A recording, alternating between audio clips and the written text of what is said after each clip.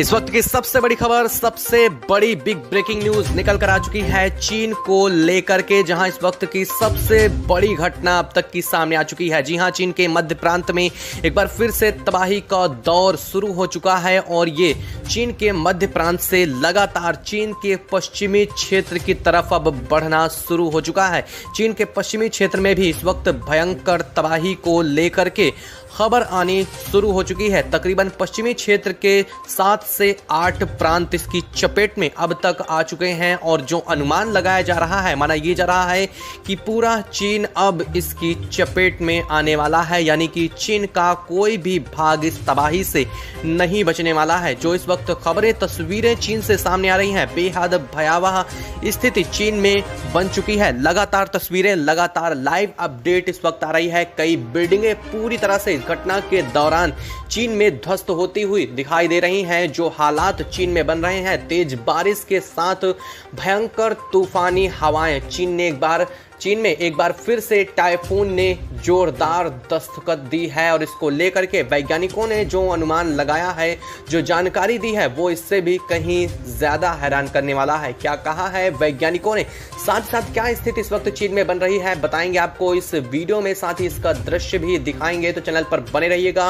Video को like और channel को तुरंत सब्सक्राइब कर लीजिएगा ताकि इससे जुड़ी पल पल की अपडेट आपको यहाँ पर मिलती रहे। दोस्तों, चीन में पहले ही पूर्वोत्तर क्षेत्र और पूर्वी हिस्सों में तबाही दस्तक दे चुकी है और लगातार ये मध्य हिस्सों को भी अपनी चपेट में ले चुकी है। लेकिन इस वक्त चीन के पश्चिमी इलाके में जो घटना, जो खबर सामने आ रही है, उसने पूरे चीन को तबाही की आग में झुलसा दिया है। तकरीबन 25,000 से ज्यादा लोगों की मौत इस घटना के दौरान हो चुकी है। इसको लेकर के खबर सामने आ रही है तो वहीं कई हजारों की तादाद में लोग गायब हो चुके हैं। इस वक्त खबर सामने आ रही है चीन के मध्य प्रांत से, जहां पर इस वक्त भयंकर तबाही शुरू हो चुकी है। टाइफून ने एक बार चीन में फिर से दस्तक दे दी है और लगातार इस घटना के दौरान चीन में 350 किलोमीटर प्रति घंटे की दर से चक्रवाती तूफानों के साथ तेज बारिश और बिजली गिरने जैसी घटनाएं चीन में देखी जा रही हैं। इन घटनाओं के दौरान चीन में कई घरों की छत उड़ चुकी है तो कई गाड़ियां हवा में उड़ती हुई दिखाई दे रही हैं। पेड़ जमीन से उखड़ के हवा में, आसमान में तैर रहे हैं। ऐसा लग रहा है कि जमीन उल्टी पुल्टी हो गई है। चीन में हालात बेहद नाजुक बनते जा रहे हैं। वहीं इन सब घटनाओं के पीछे की वजह वैज्ञानिकों ने बेहद ज़्यादा बड़ी बताई है। वैज्ञानिकों के अगर अनुमान की बात करें तो संभवतः 12 घंटे के अंदर अंदर ये तूफान, ये टाइफून पूरे चीन को अपनी चपेट में ले लेगा और पूरा चीन इससे बुरी तरह से बर्बाद होने वाला है। इस घटना के तुरंत बाद अब खबर सामने आ रही है कि चीन के राष्ट्रपति शी जिनपिंग ने अपने परिवार सहित चीन को छोड़ करके मंगोलिया में इस वक्त अपना स्थान ले लिया है, यानी कि उन्होंने चीन पहले ही छोड़ दिया है। इस अलर्ट के जारी होने के तुरंत बाद से साथ ही साथ सेना को पश्चिमी इलाकों में तैनात कर दिया गया है और सेना को लगातार लोगों को रेस्क्यू में भी लगा दिया गया है। जो पूर्वोत्तर क्षेत्र के लोग हैं उनको पश्चिमी क्षेत्र में घुसने से पहले ही रोक लगा दी गई है। तो अब पूर्वोत्तर क्षेत्र के लोग भारत सहित म्यांमार, वियतनाम, लाओस और थाईलैंड जैसे देशों में चुपचाप घुसने का प्रयास में लगे हुए हैं। इन प्रयासों के दौरान कई सारे लोगों की कई घटनाओं में इस वक्त मौत की भी खबर सामने आ रही है। अरुणाचल प्रदेश से सटे हुए क्षेत्रों में कई जगहों पर भीषण बाढ़ और कई जगहों पर भीषण घटनाओं की वजह से यहाँ पर कई ज़्यादा चीनियों के मारे जाने की खबर भी सामने आ चुकी है। लेकिन चीनियों को भारत में घुसपैठ करने से पूरी तरह से अभी तक रोक रखा गया है। लोगों को भारत में घुसने के प्रयास में लगे हुए हैं। लाखों की तादाद में चीनी अभी भी बॉर्डर पर जमे हुए हैं और कई ज़्यादा मात्रा में चीनी म्यांमार में प्रवेश भी कर चुके हैं। लेकिन इस तूफान ने चीन के पश्चिमी हिस्से को भी दहला करके रख दिया है। माना ये जा रहा है कि जिस तरह से ये तूफान इतना तेज कर रहा है, ये तूफान कहीं ना कहीं डैम को भी नुकसान पहुंचा रहा है और हो रही तेज बारिश से लगातार पश्चिमी क्षेत्र में चीन के बने हुए डैम पूरी तरह से भर चुके हैं और लगातार इन पर संकट मंडरा रहा है। और अगर ऐसा होता है कि ये डैम में से कोई भी एक डैम कोलैप्स करता है तो बाकी भी इसके ज़्यादा वजह से चीन के डैम कोलैप्स करते हैं, जिसकी वजह से पश्चिमी क्षेत्र बुरी तरह से इस तबाही से जूझ सकता है। सिर्फ पश्चिमी देश नहीं बल्कि किर्गिस्तान, कजाकिस्तान और पाकिस्तान जैसे देश भी इससे काफ़ी ज़्यादा नुकसान होने वाला है।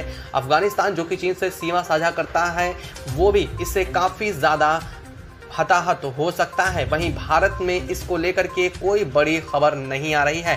माना ये जा रहा है कि हिमालय का इलाका इतना ऊंचे होने की वजह से चीन की ये सभी परेशानियां भारत तक नहीं पहुंच सकेंगी, यानी कि भारत का जम्मू कश्मीर का रीजन पूरी तरह से इन घटनाओं से सुरक्षित है। लेकिन चीन में जो हालात अभी भी बीजिंग शहर, वुहान और चीन के संघाई में बने हुए हैं वो बेहद नाजुक हैं। चीन की बीजिंग राजधानी पूरी तरह से निर्जन हो चुकी है। ज़्यादातर लोग इस जगह को छोड़ करके दूसरे स्थानों में पहुंच चुके हैं क्योंकि ये लगातार समुद्र में डूबती चली जा रही है। कई फीट गहराई में डूबने के बाद वैज्ञानिकों का ये कहना है कि अब इन्हें निकलना बेहद मुश्किल है क्योंकि ये प्लेटें टूट करके लगातार समुद्र में धंसती चली जा रही हैं। और ऐसा होता है तो मध्य भाग से ही चीन का एक बड़ा टुकड़ा समुद्र से अलग होते हुए एक अलग सीमा बना सकता है। इसके दौरान चीन में कई ज़्यादा भूकंपी झटके भी आने की संभावना बताई जा रही है, जो कि अगले 1 से 2 दिनों में सबसे ज़्यादा ये क्रियाएं देखने को मिल रही हैं। यानी भूकंप को लेकर के मध्य और पश्चिमी भागों को अलर्ट जारी कर दिया गया है। वैज्ञानिकों का मानना है कि सैटेलाइट इमेज की मदद से अब तक जो जानकारी जुटाई जा रही है वो देखा जा रहा है कि चीन का लगातार पूर्वोत्तर और पूर्वी हिस्सा समुद्र में डूबता जा रहा है और ये कहीं ना कहीं जो टाइफून तूफान आया है ये इसी की वजह से है। समुद्र में लगातार भीषण निम्न वायु दाब बन रहा है जो कि कहीं ना कहीं यहाँ पर चक्रवाती तूफान को लेकर के पहले से ही संकेत दे चुका है। वहीं चीनी जो नागरिक हैं वो अलग अलग देशों में घुसपैठ करने की कोशिश कर रहे हैं। नेपाल, भूटान में भी घुसपैठ को लेकर के खबरें सामने आ रही हैं, तो वहीं भारतीय सीमा पर काफ़ी बार झड़प को लेकर के खबर सामने आ रही है। सुबह कई बार चीनी नागरिकों ने फेंसिंग तोड़ करके अरुणाचल प्रदेश की सीमा में घुसने का भी प्रयास किया है, जिसके बाद भारतीय सेना ने इन्हें रोकने के लिए गोलीबारी भी चलाई गई है। हालांकि इसमें किसी भी चीनी के ज़्यादा हताहत होने की खबर नहीं है, लेकिन चीन में बिगड़ रहे हालात के मद्देनज़र रखते ये लोग लगातार सीमा से सटे हुए इलाकों में शरणार्थी बनने का प्रयास कर रहे हैं। दोस्तों, क्या इन लोगों को जगह देनी चाहिए? क्या भारत में इन्हें शरणार्थी के तौर पर स्वीकार करना चाहिए? आप अपने विचार हमें कमेंट बॉक्स में कमेंट करके ज़रूर बताइएगा, वो भी उस हालात में जब चीन लगातार भारत के ऊपर ऐसी स्थितियों में भी दबाव बना रहा है, अपनी सेना को इन जगहों पर एम्प्लॉय कर रहा है, डिप्लॉय करता जा रहा है, बढ़ाता जा रहा है सेना में। आप अपने विचार हमें ज़रूर बताइएगा। वीडियो को लाइक और चैनल को सब्सक्राइब ज़रूर कर लीजिएगा, साथ ही बेल आइकन को भी ज़रूर दबा लीजिएगा ताकि से जुड़ी पल पल की अपडेट जानकारी आपको यहाँ पर